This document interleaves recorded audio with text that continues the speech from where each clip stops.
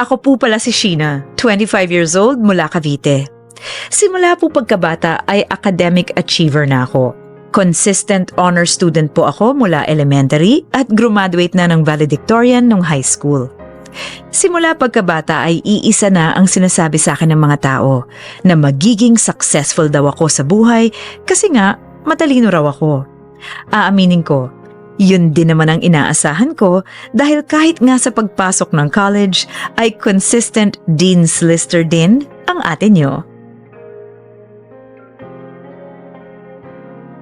Sheena! Sheena! Bakit umising ka na dyan? Opo. Kanina pa tunog ng tunog to cellphone mo eh. Aga-aga eh. Sheena! Ito na po, babangon na.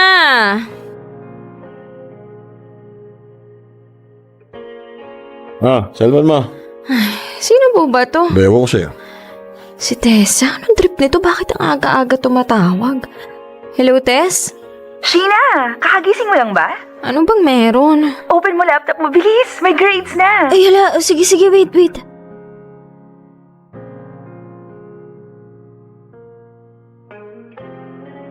Kita mo na ba?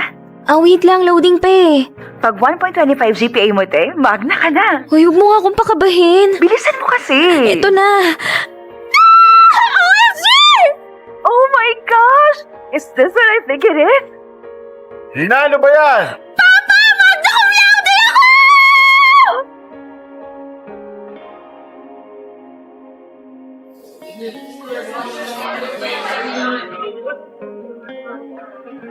Kain lang kayo, huwag kayong mahihiya ha? Ito na ba yung graduate, Anton? Oo. Nako, congrats iha ha. Napakatalino mo namang bata. Thank you po. Sigurado pag itong batang to nakakuha ng trabaho, malaki agad ang sweldo. Ay nako, sana nga. Sigurado yon.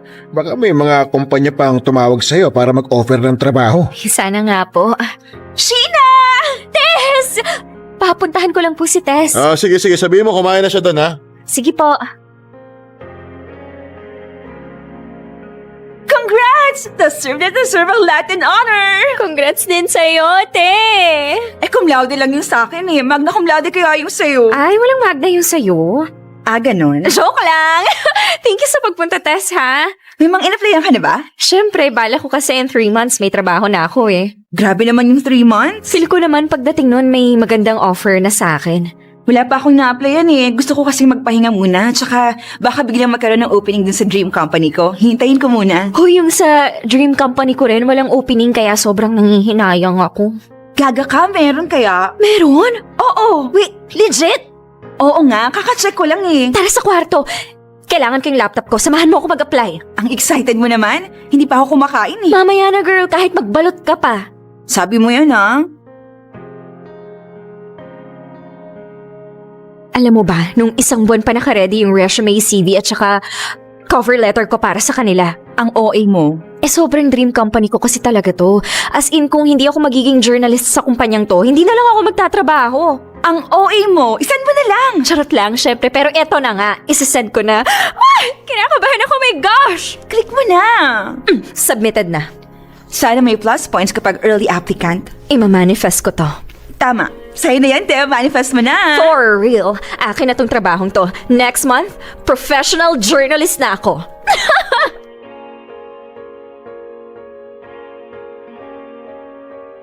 Simula high school ay pangarap ko na talagang maging journalist.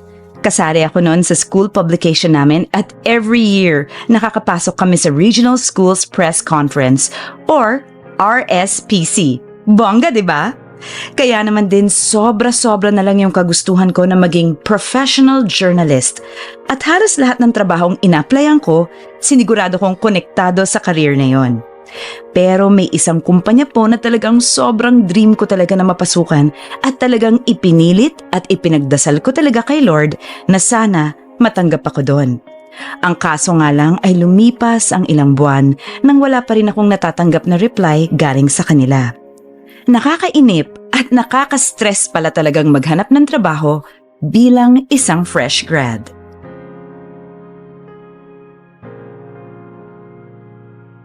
Okay, so Sheena, Please tell me about your experiences related to this job. I was an intern po at a radio broadcasting company in Manila where I assisted in writing news for the company. I also worked as a freelance video editor wherein I edited videos for social media pages of different local brands. Okay, that's good naman. In terms of copywriting for social media, meron ka bang experience on that? Yes po, I actually have an online shop. I sell crocheted products and I manage all the social media accounts of my shop. Okay, that's good. Sige. Lastly, what's your expected salary for this job? I expected a minimum of 25,000 po. Alright. Do you have any questions for me, Sheena? None, ma'am. Okay, sige. I guess that's end our interview today. So I'll be on touch with you na lang, okay? Okay po, thank you, ma'am. Okay, thank you. Kumusta? Ayoko dito pa. Feel ko i-ghost ko na lang tong company na to. Igogos? Ano yun? Hindi ko na-replyan. Abay, loko ka naman bata ka. Hinihintay ko kasing mag-reply yung dream company ko eh. Ay, nag-follow up ka na ba? Dami-dami mong interview, wala ka pa rin mapiling kumpanya. Ang pangit kasi nung offers nung iba eh. Eh, di ba meron ka ng magagandang offers? Kasi pa, Kasi nga ano? matagal daw talaga mag-reply yung dream company ko. Ay, nako. Basta mag-apply ka pa rin sa iba. Baka mamaya hintay ka ng hintay dyan sa dream company na yan. Tapos hindi ka naman pala makukuha. Grabe ka naman pa. Siyempre dapat ipagdasal mo na matanggap ako doon. Abay, pinagdadasal ko naman. Ang sinasabi ko lang, dapat may iba ka pa rin pagpipilian. Meron naman po eh. Tsaka habang wala pa akong trabaho, magfo-focus muna ako doon sa shop ko. Ay siya, ikaw ang bahala.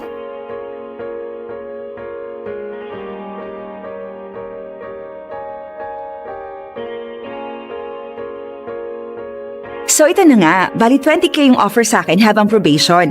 Tapos kapag doon regular ako, itataas nila. Pwedeng umabot ng 25 hanggang 30k. Okay na din, te. Hindi na masama. On-site pa yung trabaho mo? Oo, pero malapit lang din naman sa amin, isang jeep lang. Okay ka rin ah. Ikaw ba? Eto, wala pa rin. Wala kasi ako matripan sa lahat ng in-applyan ko eh. Yung ibang baba ng pasweldo. Yung iba naman parang sobrang layo na sa degree natin. Kaya ayun, hindi ko kinukuha. Eh di yan ang balak mo. Ito, mag-crochet. Te, hindi ka naman parati may order dyan. May 3 kaya akong bagong order. Ayun oh, kakatapos ko lang mag-print tong waybill. Eh ang liit ng kita mo dyan eh. Side hustle ko lang naman to. Akala ko ba, balak mo in 3 months may full-time job ka na? 3 months na ayaw pa rin ako replyan ng dream company ko eh. Kung ako sa'yo, te, mag-e-entertain ako ng ibang kumpanya. Nag-e-entertain naman ako. May isa na nga uli akong in-applyan eh. Second dream company ko yon. Gusto ko yung may ranking ka pa talaga ha. Siyempre, kapag natanggap ako dito, kukunin ko na to. May tumatawag sa'yo, te. Sino? Ewan ko, basta number eh. Paabot naman ang phone ko. Baka mamaya employer yan eh. Hello po. Hi, good afternoon. May I speak to Miss Sheena Alonzo? This is Sheena po. Hi, Sheena. So you applied to our company last month as a news writer, no? I was wondering if you're still interested in the position? Yes po. Yan ba si number 2 dream company? Oo. Good. That's good. So, are you free for an on-site interview tomorrow around 2 p.m.? Sure po. Sige po. Okay, sige. I'll send you the address through email after this call. Sige po. Thank you po. Thank you. I'll see you tomorrow. See you po. May interview ako bukas, te! Ito na yun, girl. Konti na lang alipin ka na rin ng salapi. Gaga ka. Pero legit yun. Nafe-feel ko na eto na yun. Next month, may trabaho na ako. Legit.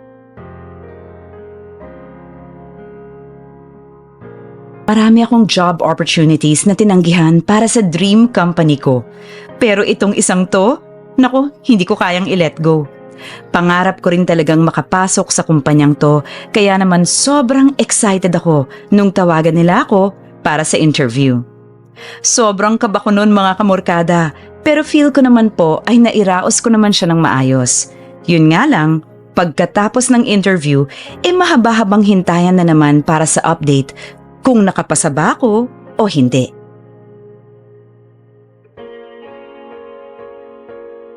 Ano raw ba sabi? Kukontakin na lang daw uli nila ako eh. Kaso 2 linggo na silang missing in action. Ayaw mo ba mag-follow up? Nag-follow up naman ako ng isang araw eh. Check mo nga uli email mo. Sige, wait. Ayun! Hala, kinakabahan ako. Parang ayoko buksan. Dali, buksan mo na. Kaka-email lang nila oh. Wait tayo ng mga 15 minutes.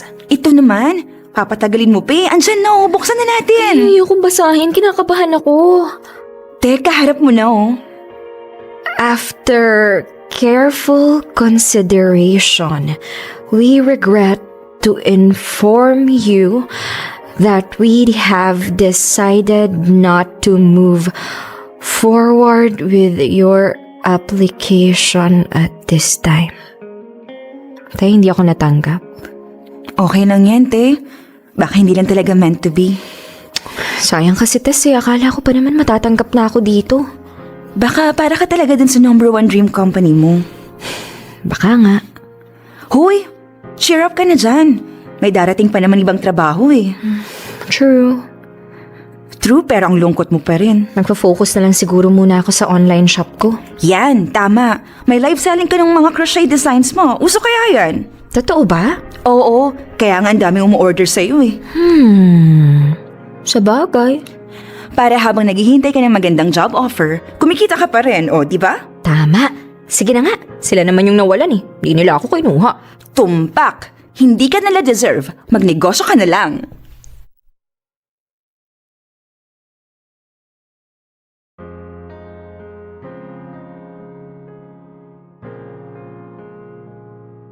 Sheena, may order ka na naman. Ay, hindi order yan pa. Pick up po yan ng mga order sa akin.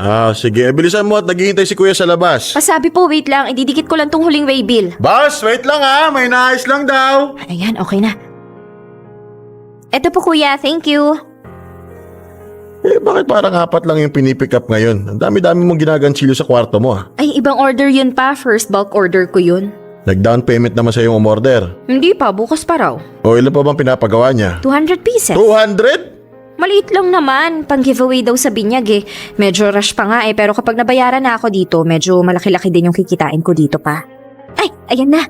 Ano yan? Pick up ulit? Order ko yan pa. Akin na po kuya. Order na naman? Opo, bumili ako ng mga bagong yarn kasi kinulang na ako. Ay naku, kahit kailan talaga ang gastos mo. Para naman sa negosyo ko to. Hoy, dahan-dahan ka dyan Baka masyadong malaki agad ang nilalabas mo pera, maliit pa naman yung kinikita mo. Ang nega naman itong si Papa. Sinasabi ko lang. Okay po.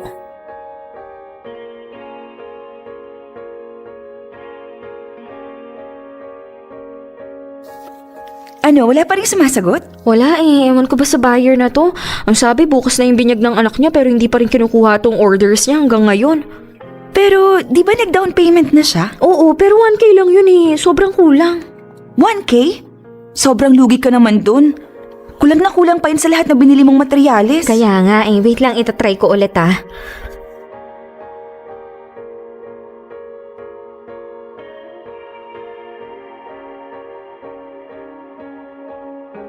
Ate, wala talaga. Ay, ayun, may text. Anong sabi? Hello po, ma'am. Hindi ko na po pala kukunin yung mga order ko. Sensya na po. Legit ba siya? May sinasabi ba kung bakit? May nahanap po kasi kami na mas mura kahit sa inyo na po yung 1K para sa abala. Sensya na po. I-message mo kaya dun sa Facebook niya. Di ba dun siya unang nag-chat sa'yo? Oo, sige, wait lang. Facebook user not found daw eh. Nag-delete na siya ng Facebook? Oo, baka blinak na rin ako. Girl, ewan ko na.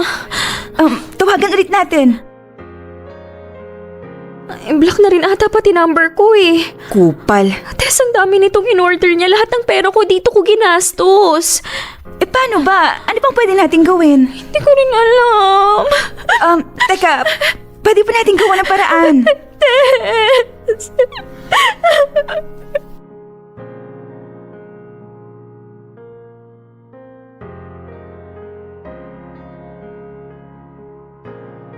Wala na akong magawa kundi umiyak. Maghahain pa sana ako ng report pero pinigilan ako ni Papa dahil masalimuot ng mga proseso pa raw yun. Sobrang lala ng panghihinayang ko dahil sa nangyari. Isinara ko muna yung shop ko at halos 1 linggong nagkulong sa kwarto. Sa madaling salita, nawalan talaga ako ng gana sa lahat.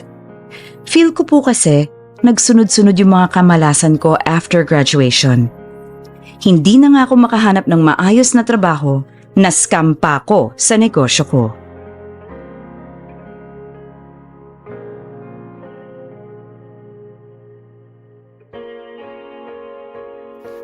Sheena! Po, Andito si Tess. pasabi po next time na lang siya bumisita. Ay, nako. Pa, Tumayo ko nga dyan. ayoko nga po. Sige na, ito ang pera. Gumala ka kasama si Tess. Lumabas-labas ka rin ng bahay. Isang linggo ka na nabubulok dito eh. Tinatamad nga ako pa. Ay, nako, sige na. Nang sumigla ka naman ng konti. Hanggang ngayon ba, iniisip mo pa rin yung bogus buyer na umorder sa'yo? Opo. Ay, nako, tama na yan. Mababawi mo rin yun. Huwag mo na masyadong isipin. Tess! Po? Hilahin mo nga itong kaibigan mo. Magkape kayo dyan sa labas. Kulit naman. Wait lang, ito na. Magbibihis lang ako. Bilisan mo ah! Oo na.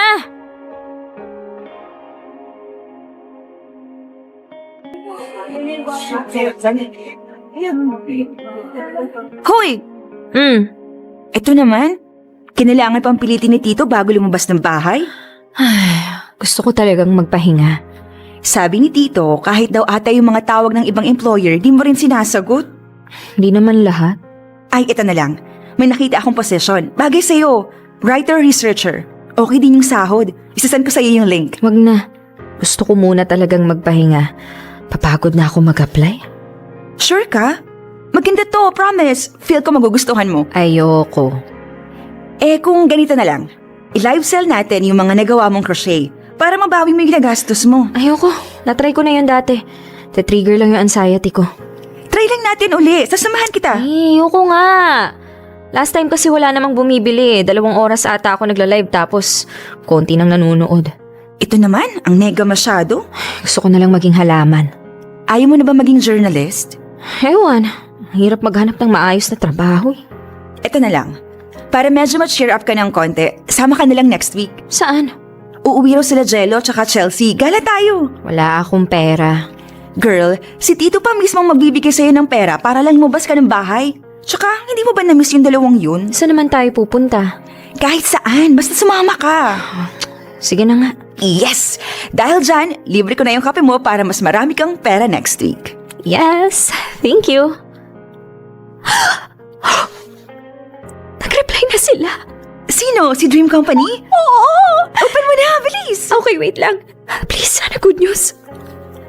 After careful consideration and deliberation, We have decided to move forward with another candidate for the position.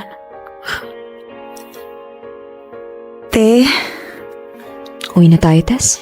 huy, okay ka lang ba? Tagal ko kasing hinintay yung email nila eh.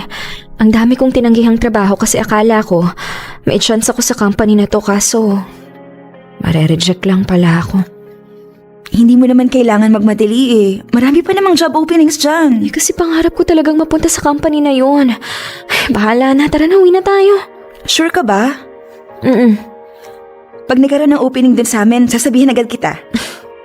Okay lang ako, wag mo na ako alalahanin. Sure ka? Kulit to. O sige na, tara na. Hayaan mo na yung dream company mo na yan. Kawalan nila na hindi ka nila kinuha. Correct. Buti na lang talaga napaka-supportive ng best friend ko. Sobrang harsh ko po talaga noon sa sarili ko at nung mga panahon na puro failures ko lang ang nakikita ko. Pero andun siya para ipaalala sa akin lahat ng na-achieve ko. Laking pasasalamat ko na lang po talaga na maayos ang support system ko kasi sa totoo lang, sobrang pinanghihinaan na ako ng loob. Pakiramdam ko kasi napapag-iwanan na ako ng mga tao sa paligid ko. Tagal naman itong mga to. Sheena! Ano ba? Sorry! Namiss kitang gulatin eh. Na-miss kita! Chelsea! Namiss din kita. Ang tagal nating hindi nakita. Ako hindi mo namiss. Wag ka na. Ganon. Joke lang. Oh, tama na yan. Mag-aaway pa eh. Tara na. Saan ba tayo? Pizza daw, sabi ni Jello. Libre mo, Jello? Oo, Legit? Legit yan, bagong sweldo yan eh. ikaw din naman ah. Eh, mas malaki yung sahod mo. Totoo, yung sahod ni Jello, halos doble ng sahod ko eh. Kaya nga ililibre ko na kayo, di ba? Okay, sige, tara na. Halika na. Actually, dapat na nilibre din yung mga magna cum laude. Eh ako nga lang wala pang trabaho sa ating apat eh. Ha? Bakit? Mamaya na yan. Gugutom na ako eh. Tara na.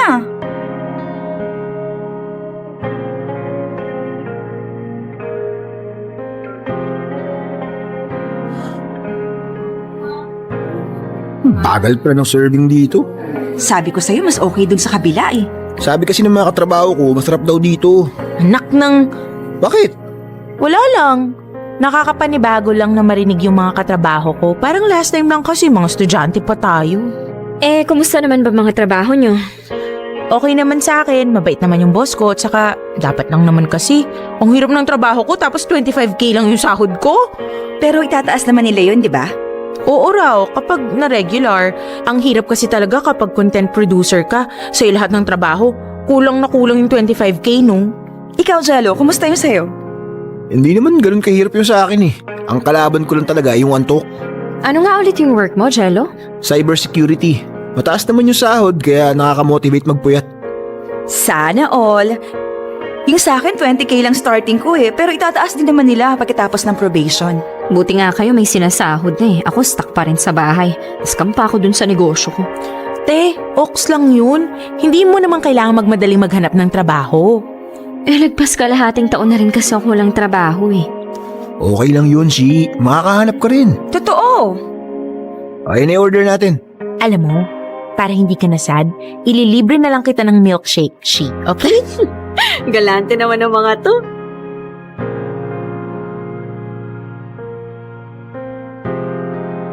Bye, guys! Bye-bye! Ingat kayo pag-uwi, Jello, Chelsea.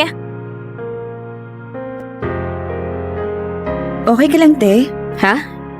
Parang malungkot ka kasi. Kanina ko pa napapansin. Wala. Naiinggit lang ako sa inyo nila, Jello. Bakit naman? Kasi kayo, okay na yung mga trabaho nyo. Nakakatulong na kayo sa mga pamilya nyo. Nabibili nyo na yung mga gusto nyo. Samantalang ako, stuck pa rin dito sa bahay. Ang harsh mo naman sa sarili mo. Nakaka-pressure kasi makita na lahat ng tao sa paligid ko umuusad na sa buhay. Samantalang ako, andito pa rin. Magna cum laude nga ako, wala naman akong trabaho. Naloko pa ako sa shop ko. Te, ilang months ka pala namang walang trabaho. Grabe ka naman sa sarili mo. Feel ko kasi ang laki ng in-expect sa akin ng mga tao eh. Ang laki ng expectation sa akin ni Papa, pero hanggang ngayon hindi makatulong sa mga gastusin sa bahay. Naiinis ako sa sarili ko kasi ang dami kong tinanggihang trabaho. Ngayon, ako stuck sa bahay, hindi umuusad.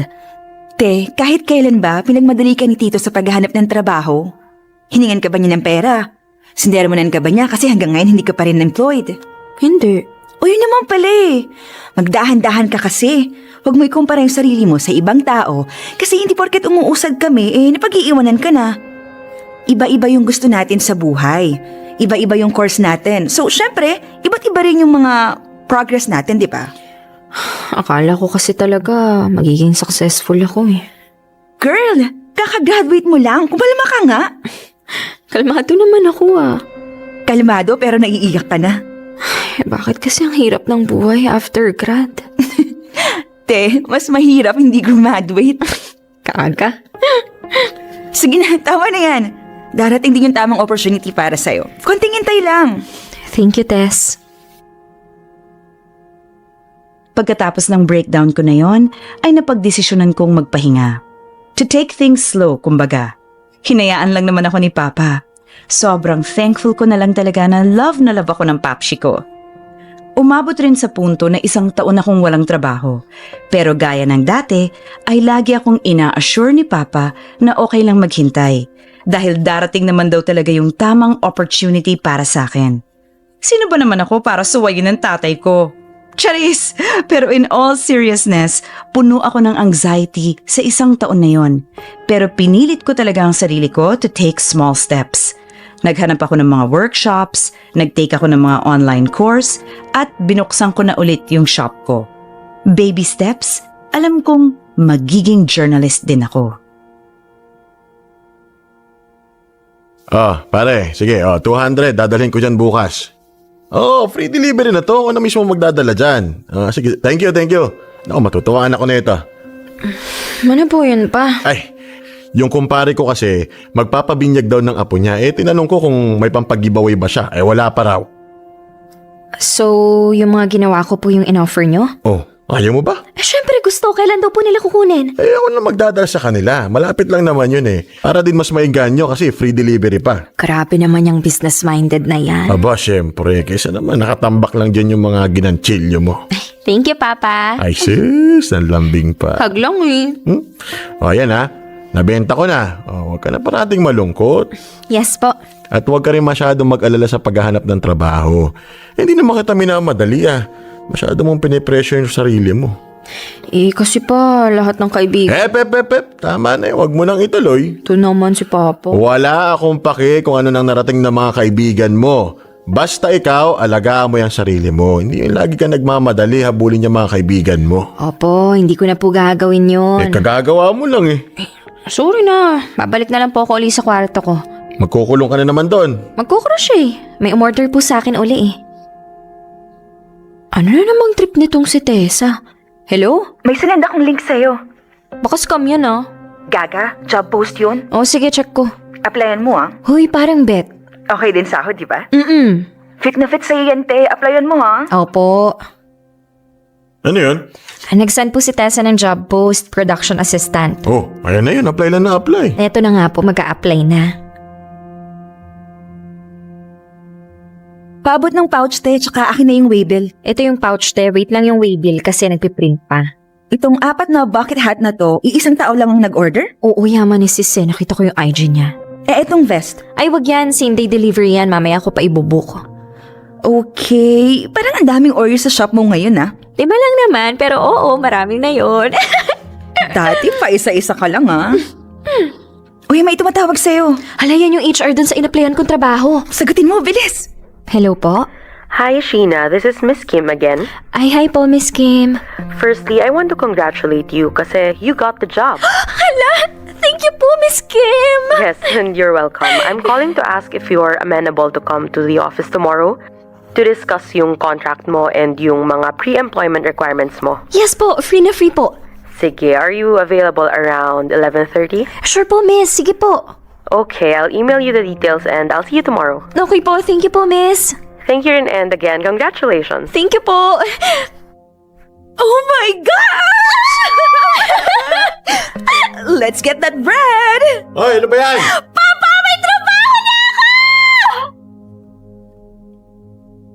Matapos ang 1 taon na job hunting, ay natanggap din ako bilang isang production assistant. Sa totoo lang po, kapag binabalikan ko yung mga nangyari, nare-realize kong kinain lang din talaga ako ng pressure at anxiety.